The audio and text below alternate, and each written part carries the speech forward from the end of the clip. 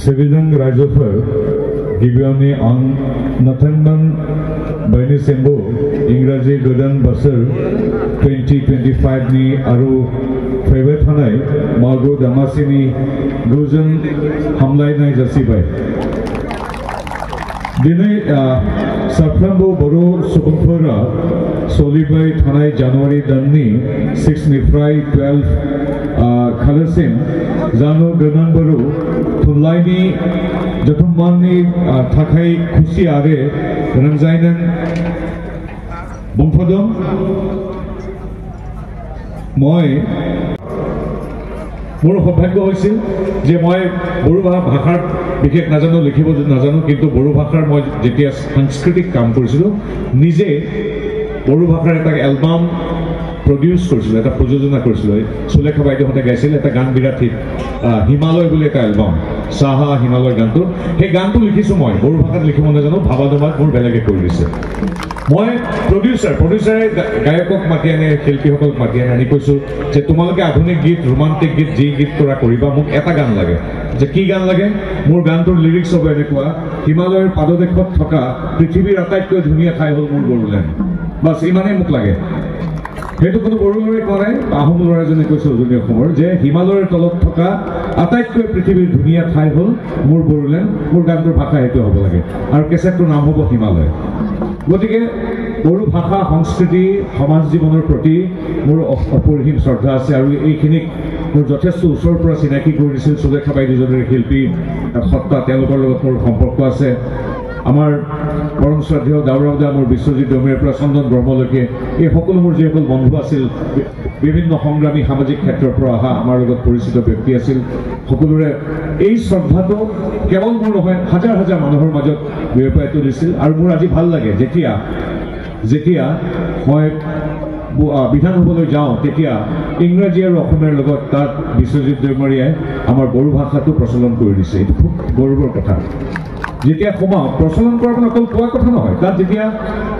আফাত শব্দটো জানো মই বিশ্বজিৎক কৈছোঁ মই এটা শব্দ জানো আফাত মানে সভা কাৰণ তেওঁ বিধানসভাটো আইনকীয় আফাত তাত লিখি দিছে গতিকে ভাষাৰ ক্ষেত্ৰত সাহিত্য সভা তথা আপোনালোক সকলোৰে অতি অৰিহণা আছে এই ভাষা কেতিয়াও ক্ষতি নহয় খালি এটাই মই বক্তব্য শেষ কৰাৰ আগতে এটাই কথা কওঁ আমাৰ ল'ৰা ছোৱালী অসমীয়া ইংৰাজী যি মাধ্যমতে নপঢ়ক কিয় বহু ল'ৰাই অসমীয়া মাধ্যমত পঢ়ে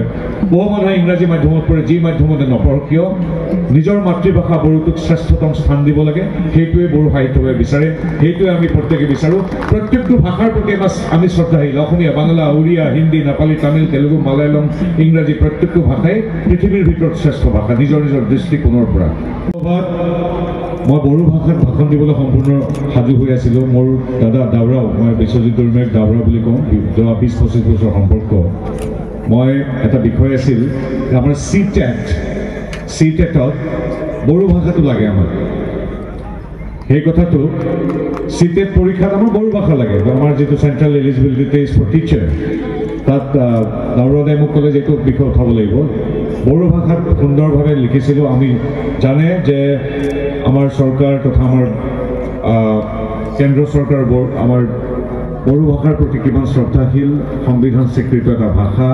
এই ভাষাটো আমি দেখিছোঁ ৰংগুৰাৰ পৰা আমাৰ নৱনিৰ্বাচিত লোকসভাৰ সাংসদ সকলোৱে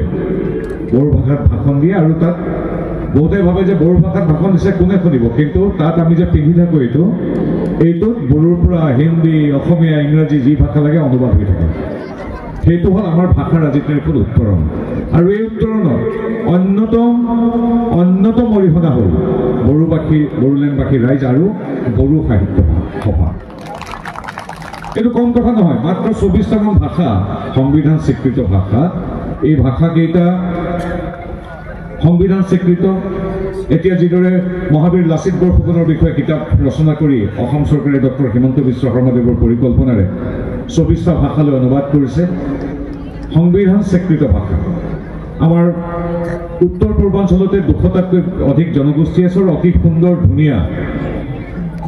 200টাতকৈ অধিক ভাষা উপভাষা আৰু আমাৰ কথিত দোৱান আছে সমগ্ৰ ভাৰতত হাজাৰ হাজাৰ ভাষা উপভাষা আছে তাৰ ভিতৰত ভাৰতৰ সংবিধানে স্বীকৃতি দিয়া যিকেইটা অন্যতম বিশ্বশ্ৰেষ্ঠ ভাষা তাৰ ভিতৰত অন্যতম হ'ল আমাৰ বড়ো ভাষা। আৰু এই বড়ো ভাষাৰ ইমান সুন্দৰকৈ সম্পূৰ্ণ স্বতন্ত্ৰ স্বয়ং সম্পূৰ্ণ চহকী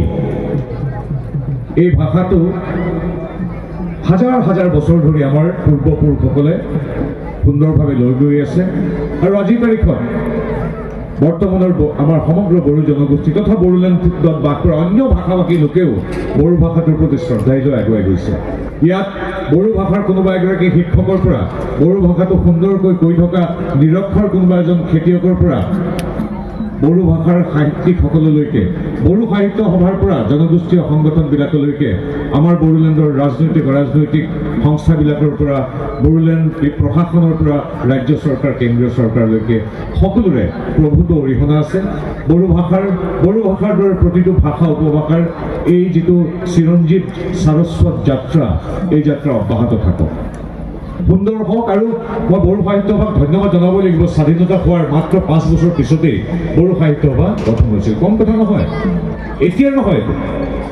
64 বছৰ আগতে আমাৰ মাজৰ কোনোবা পূৰ্বপুৰুষে এগৰাকীমান মহান প্ৰাতঃস্মৰণী ব্যক্তিয়ে বড়ো ভাষাৰ যে এখন সাহিত্য সভা হ'ব লাগে এতিয়া নহয়, স্বাধীনতাৰ 5 বছৰ পিছতেই চিন্তা কৰিছিল। মই এই পবিত্ৰ মঞ্চৰ পৰা যিদৰে আপোনালোকক সেৱা জনাইছোঁ, অন্তৰৰ পৰা গভীৰ শ্ৰদ্ধা জনাইছোঁ। 64 বছৰৰ আগে যি বড়ো সাহিত্য সভা গঠন কৰিছিল তেওঁলোকৰ চৰণত আজি এই পবিত্ৰ ভূমিৰ পৰা সেৱা জনাইছোঁ।